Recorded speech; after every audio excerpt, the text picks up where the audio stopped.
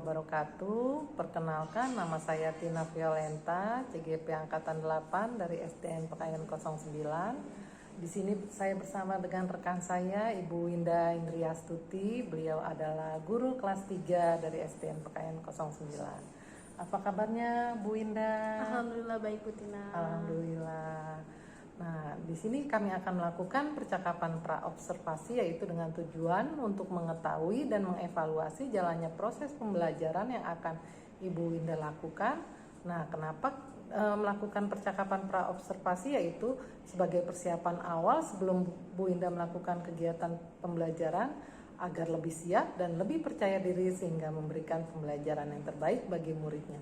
Nah, baik Bu Winda, di sini saya akan memberikan beberapa pertanyaan sebelum kita melakukan supervisi. Pertanyaan yang pertama yaitu tujuan pembelajaran apa yang akan Bu Winda capai dalam pembelajaran nanti? Nah, untuk pembelajaran nanti, tujuan pembelajaran yang akan dicapai adalah dengan membaca, siswa dapat menggali informasi tentang konsep perubahan wujud benda dalam kehidupan sehari-hari. Itu tujuan pertama, Bu Tina. Tujuan kedua, siswa dapat menyajikan informasi tentang konsep perubahan wujud benda dalam kehidupan sehari-hari. Oh, jadi ada dua ya, Bu Winda ya? Iya, dua tujuan. Iya, baik. Nah, kemudian area pengembangan apa yang ingin Bu Winda capai dari pembelajaran nanti? Untuk area pengembangan, ada area pengembangan pengetahuan dan keterampilan. Yang area pengembangan pengetahuan meliputi siswa dapat menggali informasi tentang konsep perubahan wujud benda dalam kehidupan sehari-hari, dan untuk yang keterampilannya, siswa dapat menyajikan informasi tentang konsep perubahan wujud benda.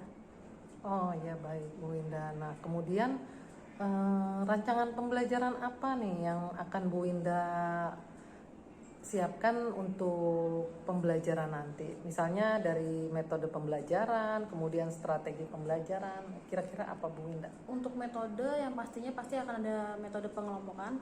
Siswa akan saya kelompokkan terlebih dahulu. Lalu pasti ada tanya jawab karena memang masih kelas rendah, kelas 3.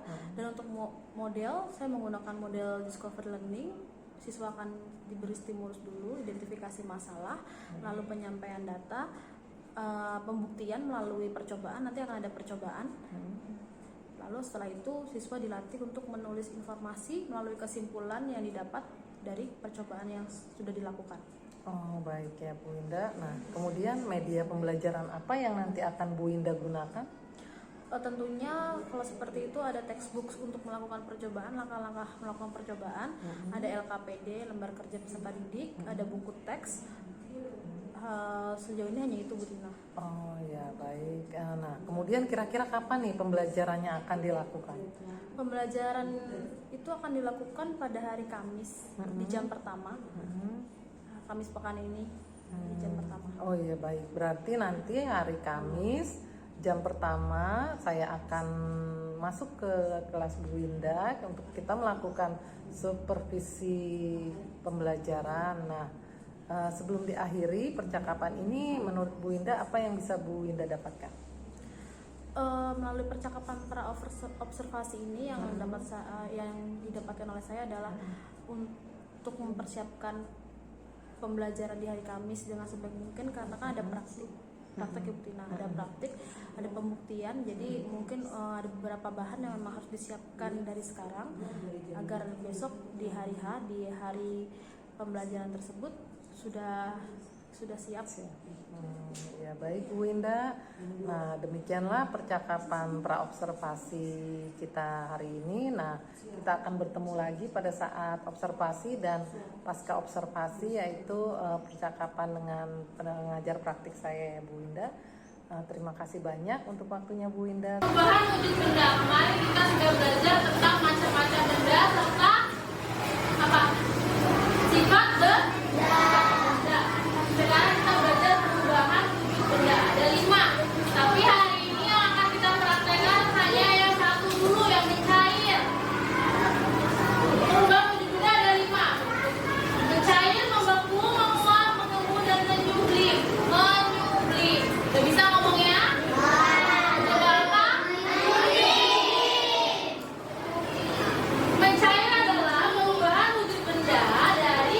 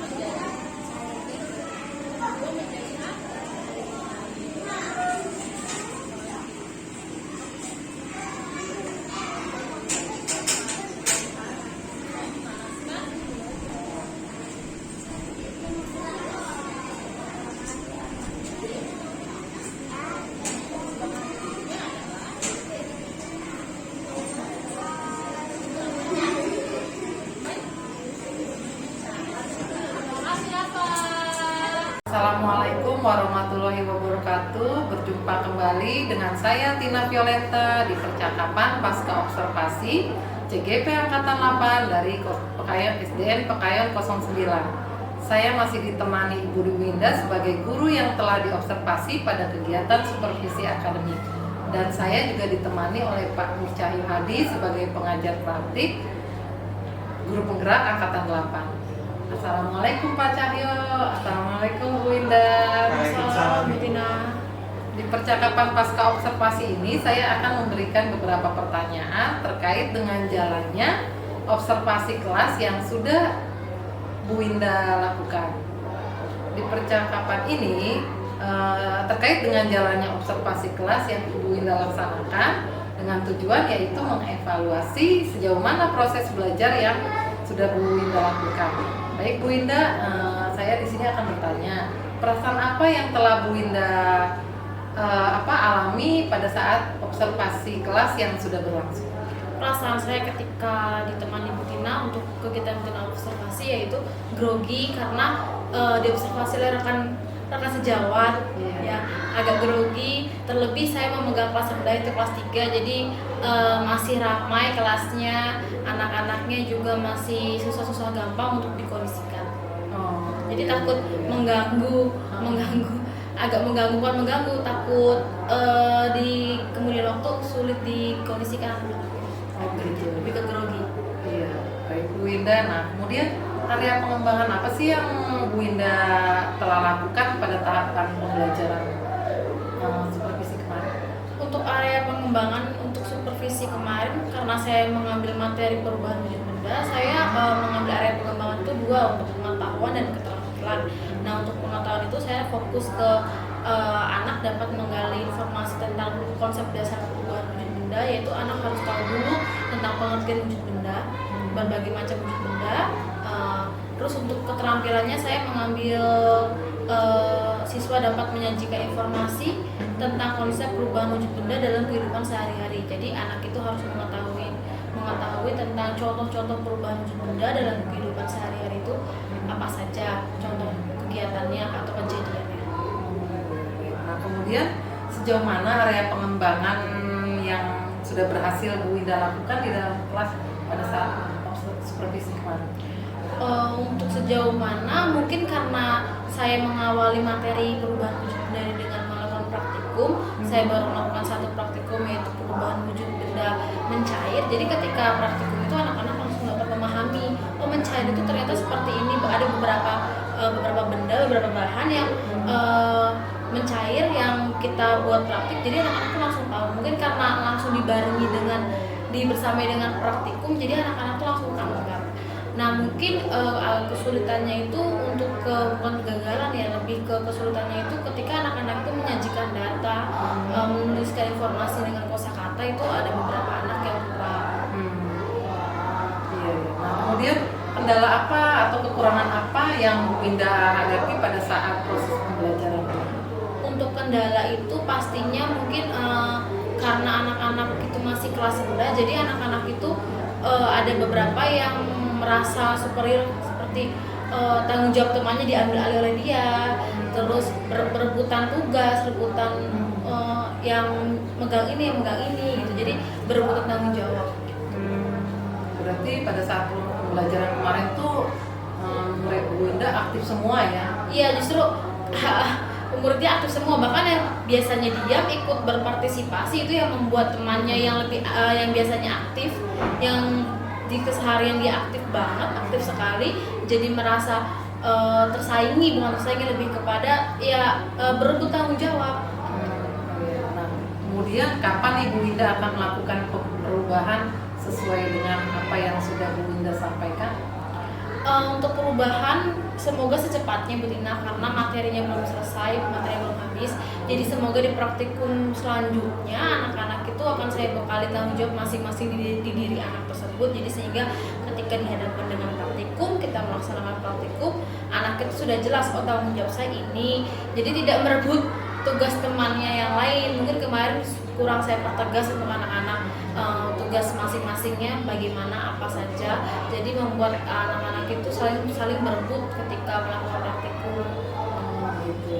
Baik, terima kasih Bu Winda buat jawaban yang sudah buat pembelajaran kemarin. Kemudian saya akan memberikan kesempatan kepada Pak Cahyo untuk memberikan umpan balik terkait dengan jalannya kegiatan observasi dan pasca observasi. Ya, terima kasih Bu Tina. Terima kasih juga Bu Winda. Setelah mengamati pasca observasi guru penggerak yang dilakukan oleh Bu Tina dan Bu Winda di pendampingan individu ini, saya sangat terkesan dengan keterampilan yang disampaikan oleh Bu Winda dan Bu Tina. Selama Bu Winda mengajarkan itu sangat efektif dan inspiratif banget di kelas 3 ya Bu ya. Ya, cara Bu Winda berkomunikasi itu sangat jelas banget Bu, karena sederhana dan membuat siswa menjadi betah belajarnya tuh Bu. Dan Bu Tina pun juga menggunakan alur cerita yang baik, cukup baik untuk pendamping supervisi ininya. Dan Bu Winda pun sudah menggunakan pembelajaran dan KSE-nya juga, sehingga bisa memberikan pembelajaran yang sangat inspirasi banget dan dapat menjadikan contoh-contoh kepada guru-guru SDN Pekayon 9 nantinya. Sekian umpan balik dari saya Bu, saya kembalikan ke Bu Tina. Baik, terima kasih Pak Cahyo buat waktunya dan Bu Winda. Akhir kata, wassalamualaikum warahmatullahi wabarakatuh. Waalaikumsalam warahmatullahi wabarakatuh.